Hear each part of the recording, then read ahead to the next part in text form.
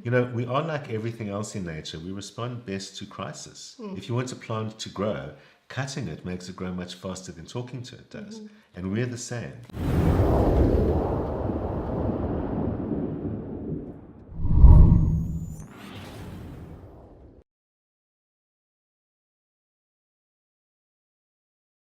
Karma We need to was. talk about karma versus dharma, please. We do. So karma was the idea that we're born with a certain potential. What it really is the accumulated potential from previous lives.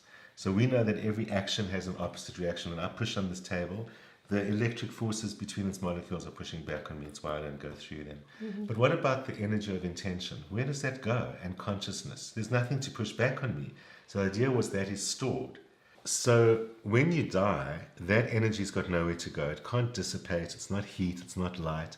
It must find form as consciousness again. So whatever mysterious process consciousness comes into the physical body, that happens.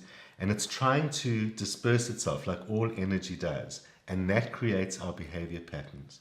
But the original idea was that, to simplify it, there are three kinds of karma. There's that which can't be changed. There's that can be changed with difficulty, and there's that can be changed with ease. So only a small percentage of karma is absolutely nothing you can do. And that's where we learn to accept graciously what we cannot change. Right. But the rest, there's a greater or lesser amount of work we can do to improve the situation.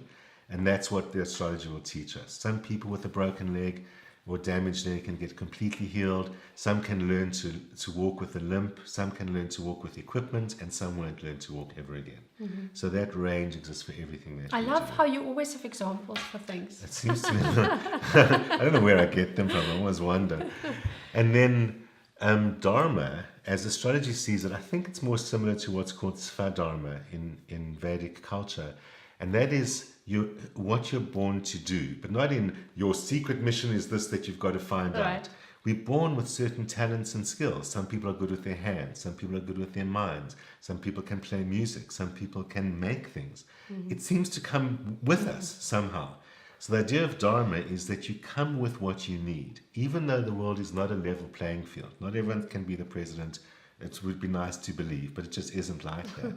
But everyone does have something that's enough to start with a roof over the head and food in the mouth. And you've got to train yourself up, and you've got to develop yourself from there.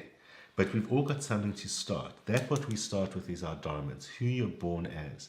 So if you accept I'm an artist, I'll just do the art because I was born that way, or whatever it may be, that's how you'll live your best life, by being your dharma. Because then you don't have to think I should be doing something else. And you can finish it at the end of the day and then get on with your spiritual life or your relaxation or your relationship, whatever you want to do. But for some or other reason, if you decide you're not going to do that, or you were put in a box as a child, or prohibited from expressing your artistic side, isn't it true that life will keep smacking you really hard back onto the path that It you will. need to go? And well, I always say, thank goodness the entire cosmos is not in our hands, because if it was, it would be a bigger mess than we've already made of our little planet. So luckily, if we, through our free will, manage to veer off completely, what you call the slapping us back, which is how we experience it, those natural cycles will inevitably roll around, and sooner or later it finds a way to push you back on. You know, we are like everything else in nature. We respond best to crisis. If you want a plant to grow, cutting it makes it grow much faster than talking to it does. And we're the same. Is your another example? It's brilliant. And it's true about everything, that one. Yeah. So if we get pushed to a point, something will affect us, something happens, and a change eventually happens, and we get pushed back onto our path. You make it sound like it's almost a linear thing, but sometimes I would experience it as a full catastrophe, happening like you're in the middle of a storm. Well, that's what varies And from that's person when I to call person. you. Yes, because some people have, and that's what you were asking about, clusters of planets in one Right. place. Those are the people who get storms. And I said, what the hell's going Yeah, it's on, like right? everything's all happening at the Yeah. same time.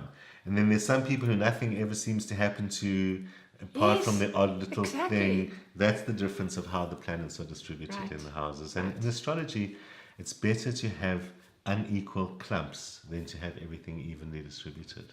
So, what about the years of life with the cycles that you mentioned to me once in a reading, that you burn off most of your karma?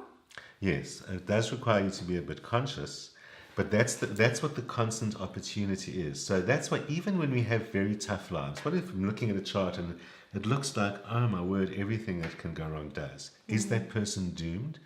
The whole point is that by being conscious, we can make choices that don't cause the same old effect to happen.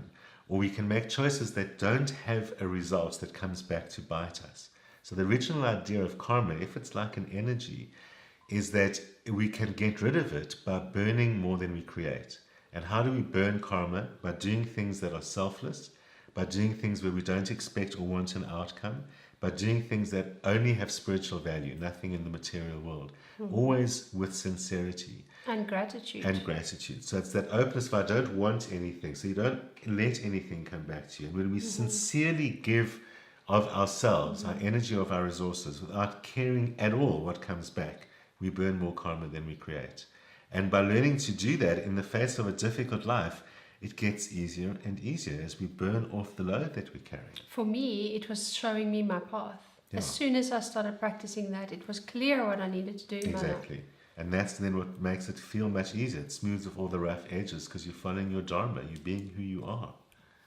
That's who else can you be? Exactly.